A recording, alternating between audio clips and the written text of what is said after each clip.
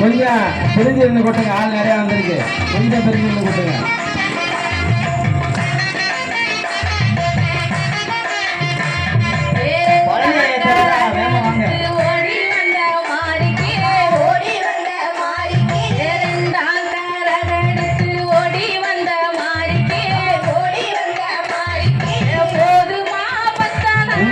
ஒரு பயிற்சி தான். வாங்க அனைவரும்.